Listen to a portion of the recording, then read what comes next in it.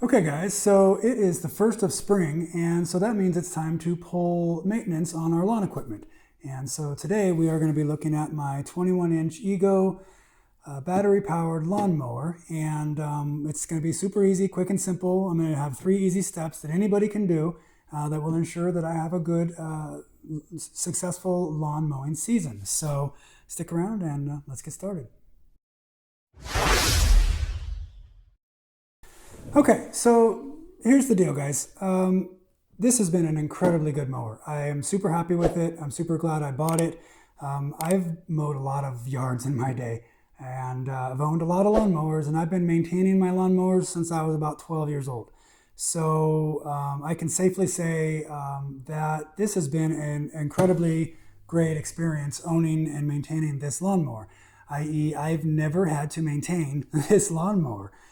This is not the dreaded springtime lawnmower video that normally I would put up, where that we've got a gas mower. We traditionally have to do a air filter, a spark plug, an oil change, drain the gas, clean out the jets on the carburetor, probably have a pull string on the pull string rope that's gone bad, probably have a throttle cable, the linkage that has been broken or is in need of repair. Don't have to do any of that. That'll never be a problem. Never has been a problem. Never will be. It's super simple and it's super cool. So what I'm going to do is cover 3 basic bases today. I honestly don't need to do any of it. I'm sure I could probably just put the battery in this thing after sitting outside in the shed all winter and mow, and I'm sure it would be fine. But I've had this mower for 4 years, and honestly, I just think that, maybe I want to step up and do a little bit of preventative maintenance on it just to make sure that I have a successful season. I'd rather find problems now when I have a couple weeks before I got to start mowing than, be in the middle of a mow job and have a breakdown. I did have one problem with this mower last season, and you can see in one of my previous videos that I did have a crimped wire in this hinge section from opening or lowering and opening it a bunch of times. And I successfully fixed it. It was a crimped wire, 6 inches of wire that got soldered in, and it was about an hour job, and it was free, and I haven't had a problem with it since. So I honestly have not put a single dollar into this mower in what is now my 5th year. And I can't say that for any mower I've owned. I've owned top of the line mowers, gas mowers, and it's hundreds of dollars to keep them going and keep them running strong. Can this do everything a $1,000 gas mower can do? No, it's not going to plow through anything you throw at it. The grass has to be nice and dry, can't be too long. You got to have a sharp blade, a clean deck, and it needs to be fairly well taken care of. If you do all those things and mow in the right circumstances, it mows and collects and mulches as good as anything that I've used. So that's what we're going to work on today, is getting toward that. 3 easy steps anybody can do. And this is just my opinion. I'm not an electric lawnmower scientist by any means. So take what I got to say here with a grain of salt for what it's worth. First of all, we want to either sharpen or replace the blade. And this will be the first year that I actually have gone out and bought a blade. I went to the Lowe's, Home Depot, or Lowe's, and I guess now is the one that stocks it. Got this at Home Depot originally. I think they've changed contracts to Lowe's, but we got an Ego replacement mower blade. It was like 30 bucks. That's the first money I've spent on this mower. And I really don't even have to. There's nothing wrong with my blade. It's just that I've sharpened it 7 or 8 times, and I don't know. I'm also not a lawnmower blade scientist, so I don't know what the point of diminishing return is on how many times can you sharpen a lawnmower blade before you've lost its geometry and to its efficiency toward its engineered cutting status. I don't know anything about it. I just know if it's not sharp, it doesn't look good when you try to cut. So I keep it sharp. But I've sharpened it like 7 or 8 times. I thought maybe after 4 strong seasons of use, I would get a new blade for it. So that's the first money I've had to spend on it. So first step 1 is either sharpen or replace the blade. So we're going to take the blade off. While the blade off will be step 2, and that is to take a couple wire brushes and try to scrape out the bottom of the mowing deck to get any kind of buildup and clumps removed from the surface underneath. Now, I'm not going to go overboard. I'm not going to polish it. I'm not going to take a sander to it. I don't think it's that important, but I mulch 9 out of the 10 times that I mow. The only time I don't mulch and I use a bagger is if I'm picking up leaves, or maybe I need to put some fertilizer down and I want the fertilizer granulars to hit the ground and not the mulch. and so that the strong wind can blow it away. That's the only times I use the bagger.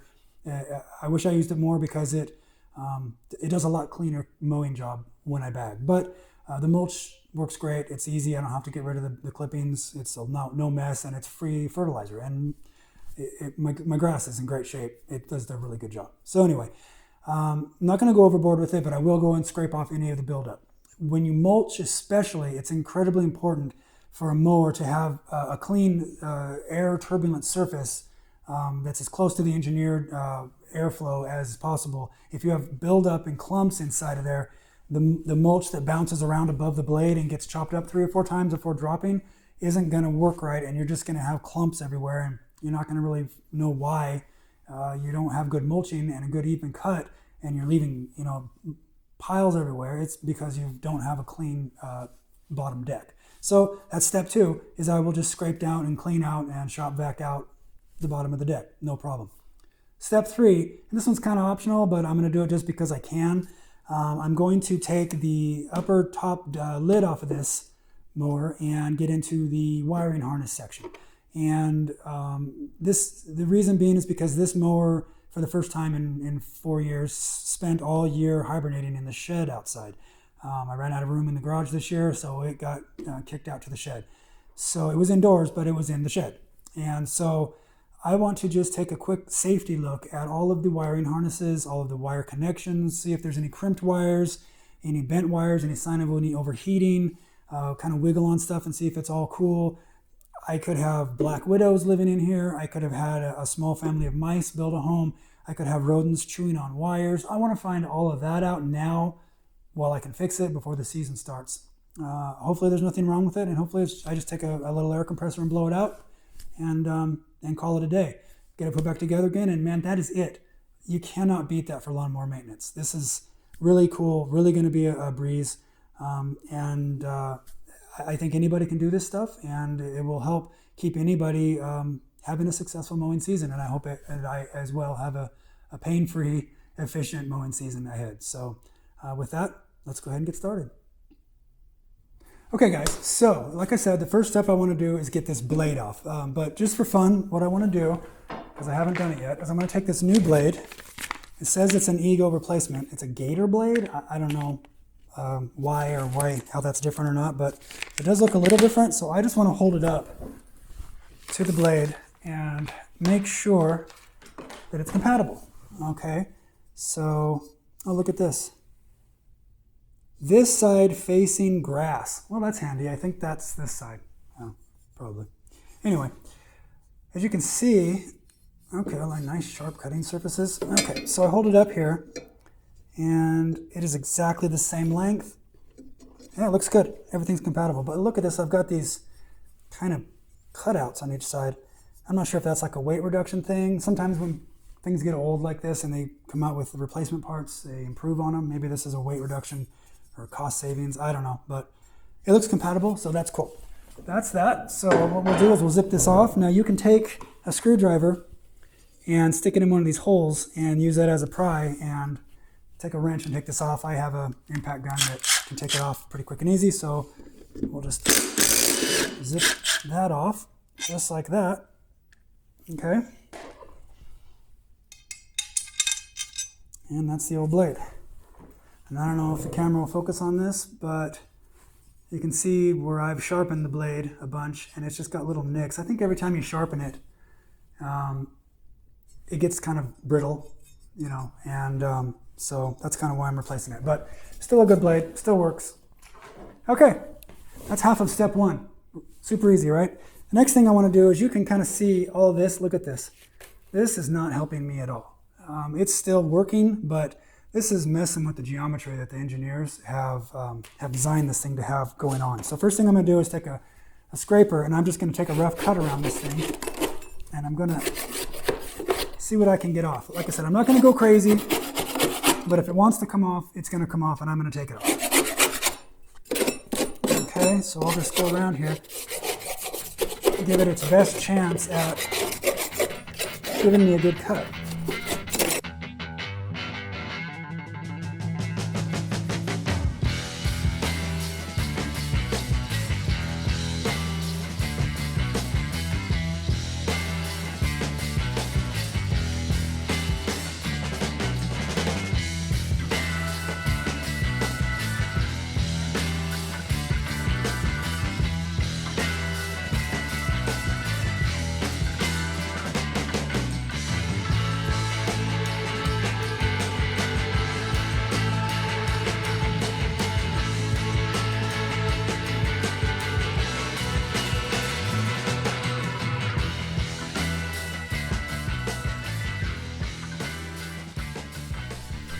Good.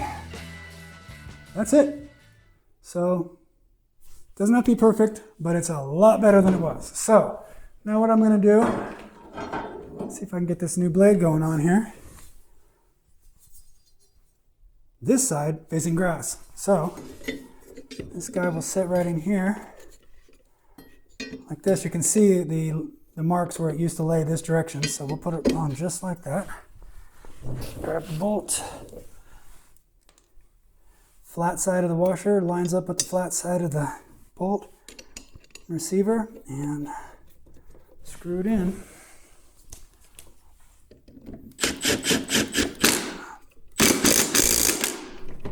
That ought to do it. Okay, so just like that, step 1 and step 2 are complete. Now, if you aren't concerned about the wiring or not comfortable getting into the wiring harnesses or any of that kind of stuff, you'd be done, man. This is it. This is really cool. You know, this is the same thing you probably want to do on your gas mowers as well. It's just that this is the totality of this. This is very, very cool. So what I'm going to do is I'm going to get this back down and get the top pulled off, and we will do the last step, which is checking out the wiring. Okay guys, so step 3 is to get this top cover off, and I think it's just like 6 screws, Phillips head. So we will just zip those off real quick. Now it's important to remember that before I started this whole thing, I don't have the battery in. In fact, I never put the battery in from it being stored all winter. You know, I don't know exactly all of the magic science that goes into this thing as far as electricity and circuits and whatnot, but I would imagine there's some kind of capacitors involved that store energy, and when you start poking around on stuff, you know, you can discharge those accidentally and get zapped a little bit here and there. So to avoid that, this is basically the best time to do this. It's been sitting all winter with no battery in it. I haven't put the battery in it. Whatever energy was in any capacitors has been fully discharged by now, and so it's fully dead. There's no risk of shock or damaging any componentry or overloading any circuits or any of that kind of stuff. Just in case there's some raw wires and I happen to, you know, bump them wrong or something crazy like that. So hold off on putting your battery in until you're done here, just to be safe. It should now. Look at that, it comes right off. Okay, let me get a light here. Okay, you can see here this wire looming this is from my repair work that I did. I replaced the wire from here all the way out to here where my crimped wire was. And it looks like it's holding up. There's a little bit of grass in here, but I don't see any black widows. I don't see any mouse houses. I got pretty lucky, I guess. I don't know. We live in a farming area, and field mice and house mice are very common, but I'm not seeing any damage yet. I just want to kind of wiggle all of the wiring and inspect it for crimping, overheating, pinching, chewing, anything that's going to cause me a problem during the year. And it looks good. What is that? Some kind of dirt dauber mess, I don't know. Okay, these look good, that looks good. I don't see anything wrong in here. This is really, really good. Yes, piece of cake, man, that's it. So I'm happy with all of that. What I'm gonna do is grab my air hose real quick. I need the air shooter tool. Grab that real fast. If I can, there it is.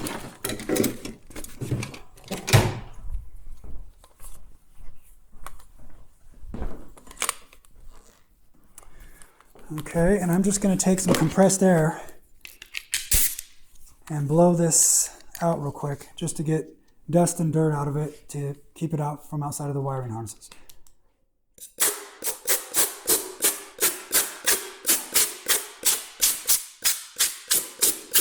See all that junk flying out of there? This is all inside of the wiring, and I'd rather it wasn't in there.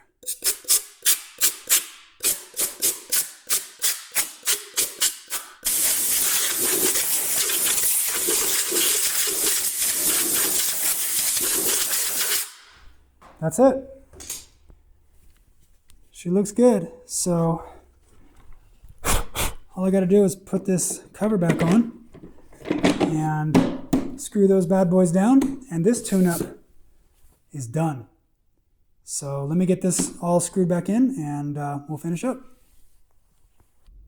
Okay guys, so that's it. I got the lid all screwed back on, all 6 screws, and that's the end of the tune-up. Can you believe it? It's just like super cool. They have this thing all figured out. It's super easy to use, it's super easy to store, it's super easy to maintain, and it's really reliable. So, I'm not sponsored by Ego by any means, but I would be definitely would suggest buying this. And if I had to buy another one today, if it broke, I'd buy another one without a doubt. It's great. I don't know if you can see in camera, but I've got the blower and the trimmer as well, and they've both just been flawless as well. So I'm super happy with the whole system.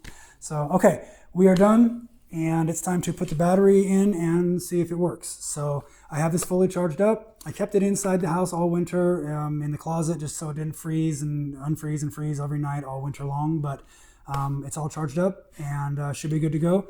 I can push the little green light. The light turns green when I push the button, so it says we're good. I will get the battery put in. No sounds, no smells. Looking good so far. I have a little headlights in case you want to mow at night. You can probably see those kicking on and off. That means that we have juice. Check out the wheels. Yep, the wheels are working. And quick check on the blade. Here we go. Yeah, buddy, that's it. I am officially ready for the mowing season. So, pretty cool. I'm very happy. Like I said, 3 easy steps. Anybody can do them. But I believe that they're all really important as far as keeping your mower happy and healthy all season. I suggest, depending on how hard you use it and how technical of a mow you have, I would suggest sharpening the blade in the middle of the season as well, just to keep it, especially if you mulch, it needs to have a nice sharp blade. So other than that, you're good to go. I feel like this is going to be a good mowing season. I'm after 4 strong years and in my 5th season now, I believe this is going to work out really well. So real happy with it. Glad this worked out well. I hope this helps you guys get out there and keep your stuff maintained so you take care of it. It takes care of you. That's it. So please don't forget to comment, like, and subscribe. And we'll see you on the next one.